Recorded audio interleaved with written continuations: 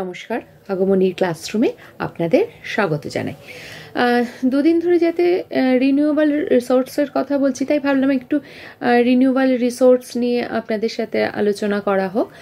তো রিসোর্স নিয়ে আমি আগেও কথা বলেছি, রিসোর্স, ওয়েলথ, এদের পার্থক্য কাকে বলে, তো সেই সমস্ত বিষয় নিয়ে আগেও কথা বলেছি।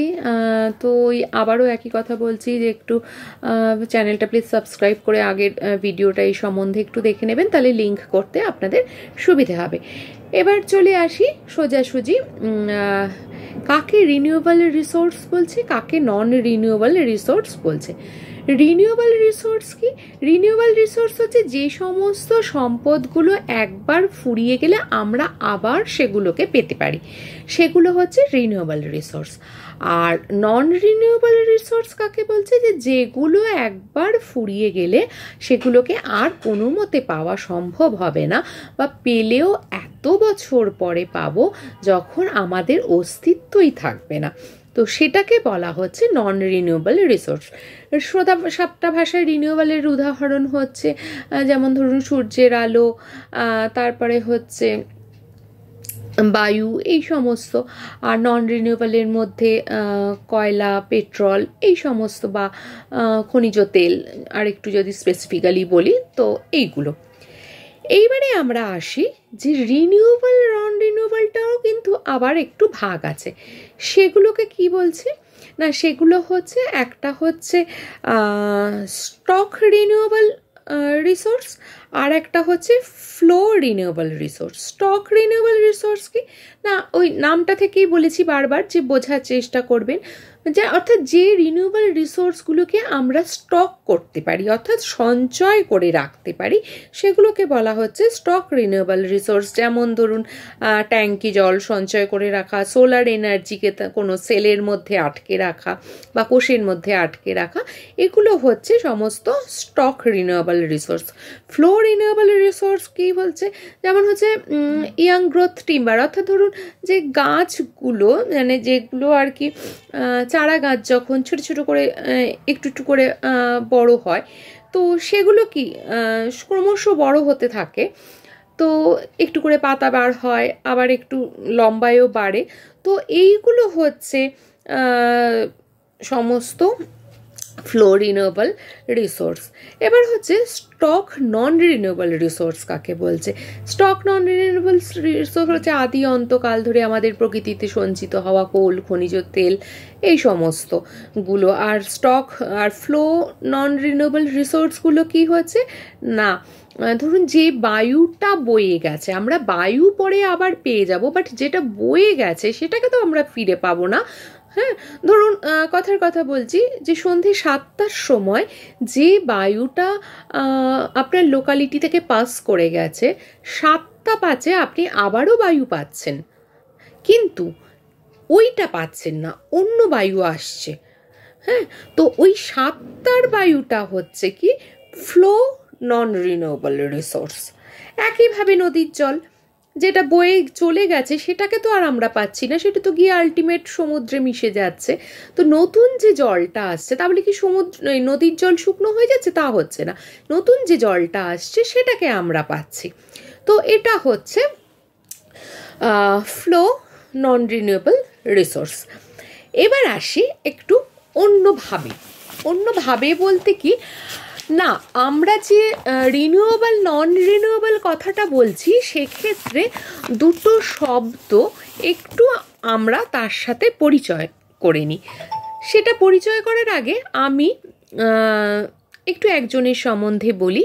তিনি হচ্ছেন professor Andrés Zimmermann. Professor Andrés জিমারম্যানকে না, তিনি হলেন যে জার্মানের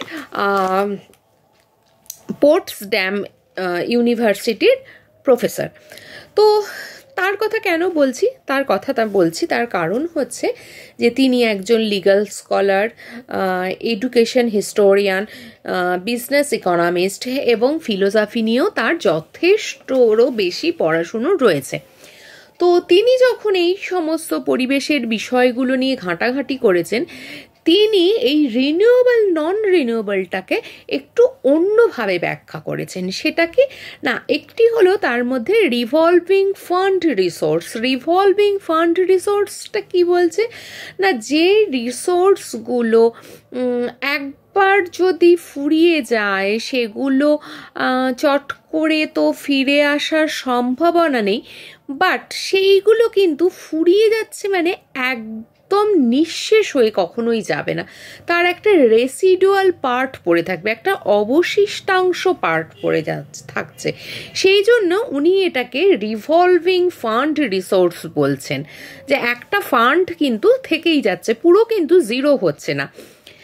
আর একটাকে বলছেন উনি চকড ফ্লো রিসোর্স। চকড ফ্লো রিসোর্স কি মানে, যে একটু আগে আমরা যেগুলোকে বলছিলাম যে রিনিউয়েবল, যে solar energy, hydro electric power, tidal energy, এই সমস্ত বিষয়, এগুলোকেও তিনি কিন্তু বলছেন যে একভাবে কিন্তু পাওয়া সম্ভব নয়। তার কারণটা কি না, আস্তে আস্তে ওয়াটারের ক্রাইসিস তৈরি হচ্ছে, তারপরে হচ্ছে যে জঙ্গল কমে যাচ্ছে, তারপরে হচ্ছে সমুদ্রের স্রোতেরও কিন্তু, যেহেতু সমুদ্রকে আমরা আগেও বলেছি যে নষ্ট করে ফেলছি, তো সেখানেও কিন্তু সমস্যা তৈরি হচ্ছে। তাহলে ফলে ওখান থেকে যে পরিমাণ আমরা এনার্জি পেতাম সেগুলোতেও কিন্তু অনেক সময় সমস্যা হয়ে যায়, সমুদ্রতে দূষিত পদার্থ থাকার কারণে বা আনওয়ান্টেড সাবস্টেন্সের প্রেজেন্সে কিন্তু অনেক প্রবলেম ক্রিয়েট করে।